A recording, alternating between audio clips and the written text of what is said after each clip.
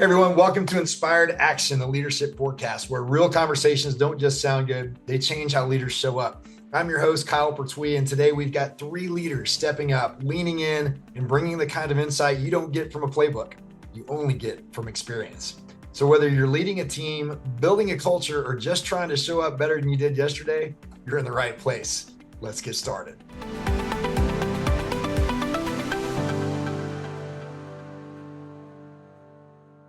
Everybody, welcome back to the newest edition of Inspired Action. I'm Kyle Pertuis, and I am your host here today with 3 incredible guests to answer this question. How do you create space for pushback without letting it hijack the momentum of your team? And I'm happy to introduce these 3 folks to you, beginning with Gabriella Juaristi. I got that. You got that. She's the owner and founder of inMIND Performance. She's a professional certified corporate coach, helping her clients identify obstacles and patterns that are holding them back from achieving their optimal levels of performance. Next, we have David Donnerstag, CEO at LeanSet. He's transforming organizations and individuals by combining proven lean manufacturing with professional coaching principles in order to bring about positive change. David also served in the U.S. Air Force for more than 2 decades. David, welcome. And last but not least, Gary Peterson, recently retired, but not really, after decades as an EVP of supply chain and production at OC Tanner. He currently spends his time advising, guiding, and mentoring, engaging teams on strategy, performance, and cultural transformation, and is an expert in all things SHINGO. And I'm not going to elaborate on that, but I am going to encourage anybody out there that's listening or watching that doesn't know what SHINGO is to check it out, because it's some pretty cool stuff.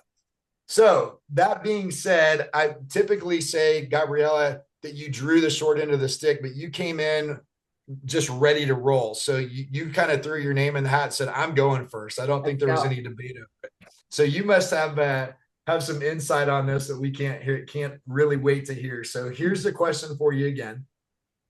How do you create space for pushback without letting it hijack the momentum of a team? What are your thoughts? I think before jumping into the how, we set up the where. Is this a meeting where we're debating, where we're exploring, or is this decisive executing meeting? That will define the how long we do the how. And the how is, when I was in my certification, I had a brilliant mentor whose golden words were acknowledge and validate. So I'd start there. You acknowledge, you validate. And then my personal favorite is understand to trust. And so if we have the time and the agenda allows, we'll dig into, is there a risk? Is there a challenge? Is there a fear? What are we working with to analyze this pushback? If there's a shorter period of time, we acknowledge, we validate, and we move, we make them feel heard in order for us to move on with the agenda, but set up another meeting or set up a time or a space where we can actually dig into that deeper. I think that space for that understanding to build the trust is where the gold is at, is where we'll find what's really causing it, why is it there, and how we can fix it, versus allowing the momentum to be destroyed with our team in our meeting. Yeah, I love that. I mean, because I think good leaders don't avoid the friction sometimes that pushback can cause. They frame it. And I think that's what you're talking about, Exactly. is really, really setting the table for how we want to move forward with it. Awesome. Exactly. David, let's jump over to you. What would you add to that? So, I was thinking about this. I was thinking, as a leader, I've learned pushback often leads to better ideas. That was kind of the pivotal learning for me. Leaders sometimes they mistake pushback as resistance. And we get in our own head and our own ego, and sometimes we respond, based off of that. And like you mentioned, I was in the Air Force for a couple decades. So if I share a quick story about how I think really pushback came up to me and allowing that space for pushback, it really set the tone for the remainder of my career as a leader. One time I was deployed to the Middle East. On the flight line where all the aircraft are generating from. It's 110 degrees. Jet engines are just kind of screaming in the background. You smell jet fuel everywhere. And we had probably about 15 KC-10 aircraft, which are basically just gas stations with wings in the sky, if you will. But really, their job was to provide refueling to the fighter aircraft and support the troops on the ground that were in contact. So, what happened was, I arrived on the scene, and the same aircraft that I arrived on, the guy I was taking over for was leaving on that aircraft. He had a family emergency. So, our turnover was basically at the bottom of the stairs of the airplane. So, he gave me a quick turnover.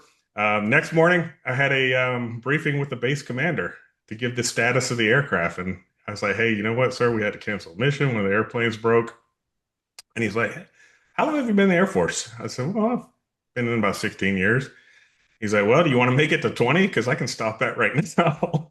Oh, I was like, oh man, okay, I've got to shift my thinking quickly here. This is no joke. So what I did was, I built the system. I had a system in place that I always had spare aircraft. We had zero cancellations of missions, the whole time I was there, got all kinds of awards and praises. And, the metrics, they look fantastic.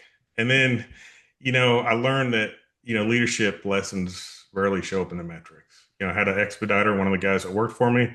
He came up to me one day and he's like, every time we go to a spare aircraft, it creates so much extra work for our guys. It's already 110 degrees out here. They're working 16-hour days. They're exhausted. So, I saw that the metrics were winning, but the people were paying the price because of that. I was like, you know what? You're right. I apologize.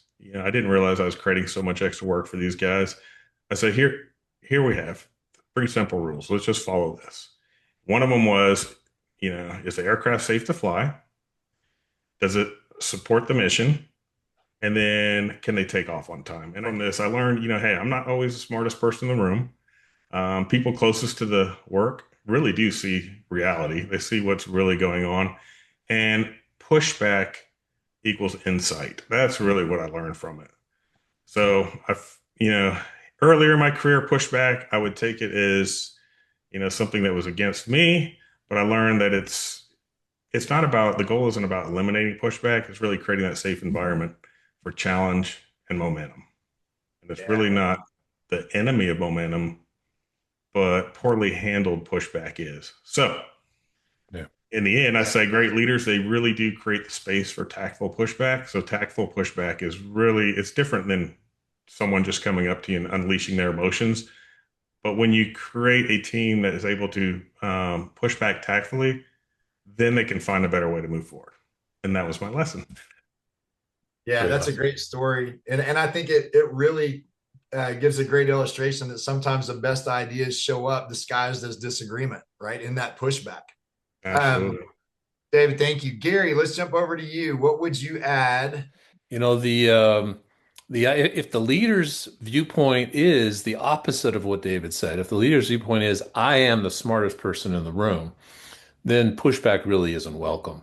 And everybody is afraid that if they push back, it is going to slow down the momentum, as you said, as the question infers. So it's better for everyone just to stay quiet. He or she doesn't want to hear this anyway. He or she doesn't want this to slow down. They really don't want to hear this idea. So the best way to have pushback without slowing down the momentum is to have it be part of the process, to have everyone understand that this is on the table, and what everyone in this room wants from me and from everyone else is a real hard look at, well, what's going to stop us? What's in the way? What's not going to let this go right? And when it's healthy that we can talk about it, and when the leader and everyone else is agreeing, we need to do this as a group, whatever we come up with will move us and mold us towards a better solution, then that's great. Now, if on the other hand, there is not a history of welcoming pushback, then maybe, and the person needs it right now, they need to just position it well.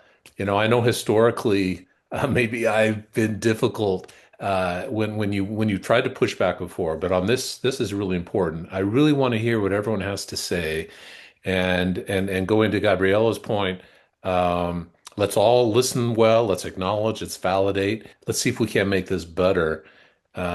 You set the ground rules. David talked about ground rules as well. I think if people know what the limits are, what the boundaries are, then it can happen without slowing things down.